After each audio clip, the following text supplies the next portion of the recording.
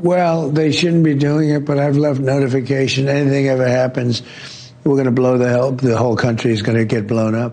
আমরা তাদের পৃথিবীর বুক থেকে মুছে ফেলব। ডোনাল্ড ট্রাম্পের এই একটি বাক্যে গত 24 ঘন্টায় কেঁপে উঠল পুরো বিশ্ব রাজনীতি। কোনো রাগঢাক নয়, কোনো কূটনৈতিক শিষ্টাচার নয়, এবার সরাসরি একটি সার্বভৌম রাষ্ট্রকে মানচিত্র থেকে চিরতরে গায়েব করে দেওয়ার হুমকি দিলেন মার্কিন প্রেসিডেন্ট। আর এই হুমকি যে কেবল ফাঁকা বুলি বা নির্বাচনী আস্ফালন নয়, তার জ্বলন্ত প্রমাণ মিলল হরমুজ প্রণালীর আকাশে এবং মধ্যপ্রাচ্যের বিভিন্ন গোপন বিমান ঘাঁটিতে।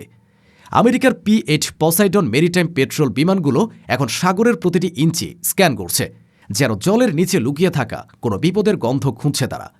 এ সময় ব্রিটেনের মাটি স্পর্শ না করেই সরাসরি আমেরিকা থেকে মধ্যপ্রাচ্যে ল্যান্ড করেছে 30টি বিশাল রিফুয়েলিং ট্যাঙ্কার। পেন্টাগন ঘোষণা করেছে আগামী 23 জানুয়ারির মধ্যে USS আব্রাহাম লিঙ্কন তার স্ট্রাইক পজিশনে বা হামলার চূড়ান্ত সীমানায় পৌঁছে যাবে।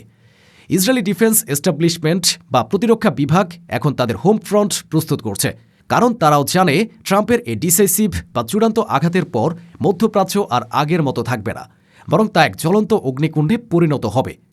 তবে এই মুহূর্তের সবচেয়ে বড় এবং আতঙ্কের প্রশ্ন হল, ট্রাম্প যখন তার উপদেষ্টাদের কাছে ইরানকে ধ্বংস করার জন্য ডিসাইসিভ বা চূড়ান্ত হামলার অপশন চাইছেন, তখন মধ্যপ্রাচ্যের আকাশে 30টি মার্কিন রিফুয়েলিং ট্যাঙ্কারের উপস্থিতি কি সে মহাপ্রলয়েরই চূড়ান্ত সংকেত?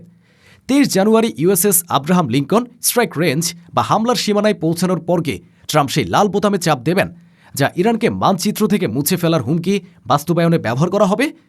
12 দিনের যুদ্ধে ধ্বংস হওয়ার পর ইরান কিভাবে এত দ্রুত তাদের ব্যালিস্টিক মিসাইল ভান্ডার পুনর্নির্মাণ করে এখন পুরো মধ্যপ্রাচ্যের সবচেয়ে বড় রকেট ফোর্সে পরিণত হলো, যা দেখে আমেরিকার স্যাটেলাইটগুলো বিস্মিত।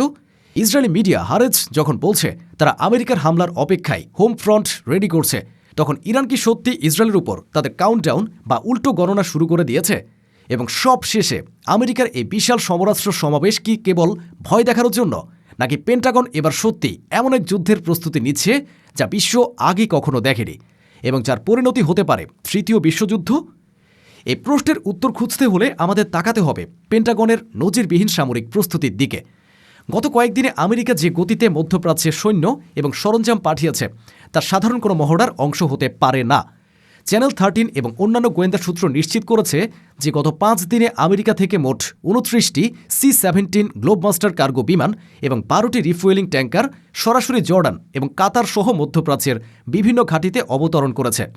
সাধারণ নিয়ম অনুযায়ী আমেরিকার এই বিমানগুলো তেল নেওয়ার জন্য ব্রিটেন বা স্পেনের RAF মিলডেনহল ঘাঁটিতে যাত্রাবিরতি করে, কিন্তু এবার তারা কোথাও থামেনি।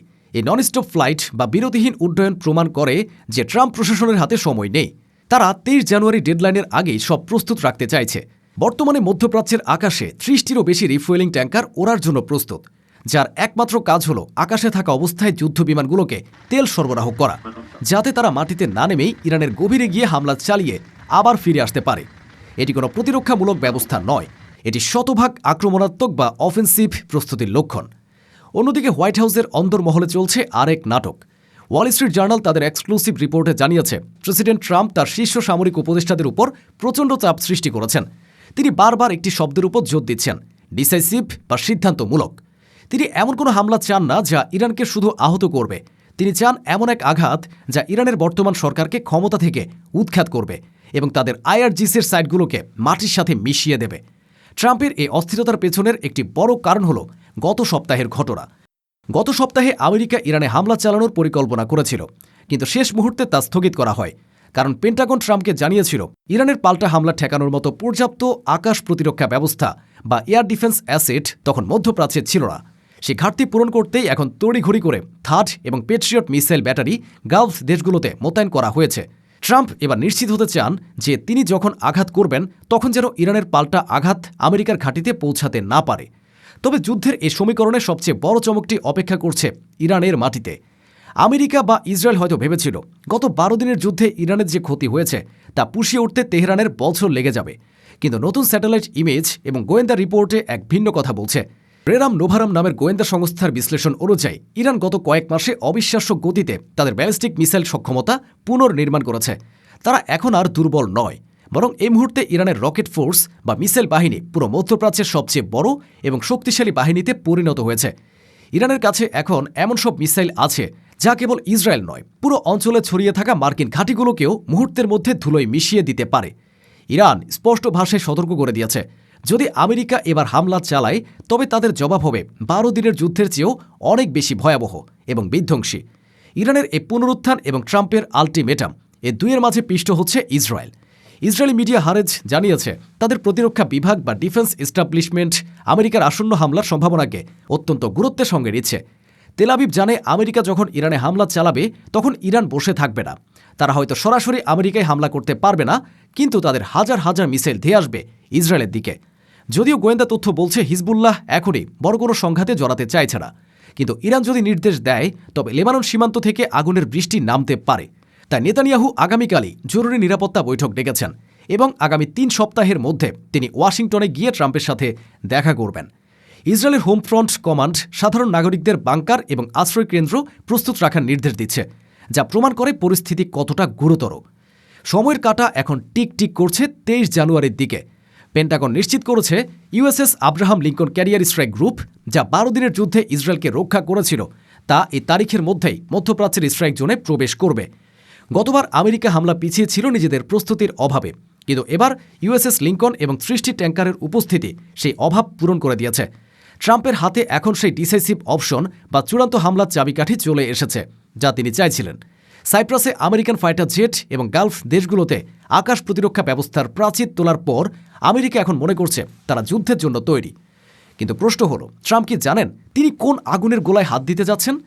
ইরানকে পৃথিবী থেকে মুছে ফেলার হুমকি দেওয়া সহজ, কিন্তু বাস্তবে তা করতে গেলে রক্তের বন্যা বয়ে যাবে। তার দায় কি আমেরিকা নিতে পারবে? ইরানের নতুন মিসাইল আর্সেনাল প্রমাণ করে যে তারা মরবে, কিন্তু একা মরবে না। তাদের মিসাইলগুলো এখন জিপিএস গাইডেড এবং অত্যন্ত নিখুঁত। আমেরিকা যদি আইআরজিসির সদর দপ্তরে হামলা চালায় তবে তেল আবিব বা হাইফার কোনো বহুতল ভবন হয়তো আর দাঁড়িয়ে থাকবে না। এই যুদ্ধের ফলাফল কোনো এক পক্ষের জয় হবে না, বরং তা হবে বিশ্ব অর্থনীতির ধস এবং তেলের বাজারে আগুন। হরমুজ প্রণালী দিয়ে বিশ্বের 20% তেল পরিবাহিত হয়।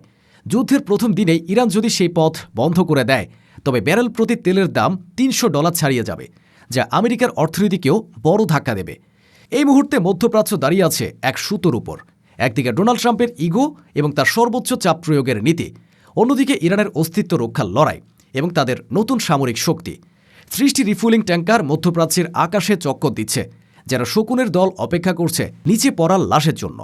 P-8 পসাইডন বিমানগুলো সাগরের ঢেউ গুনছে, আর মরুভূমির নিচে ইরানের মিসাইল সাইলোগুলোর ঢাকনা খোলার অপেক্ষায় আছে। 23 জানুয়ারি তারিখটি হয়তো ইতিহাসের পাতায় লেখা থাকবে অপারেশন ওয়াইপ আউট বা মহাযুদ্ধ শুরুর দিন হিসাবে।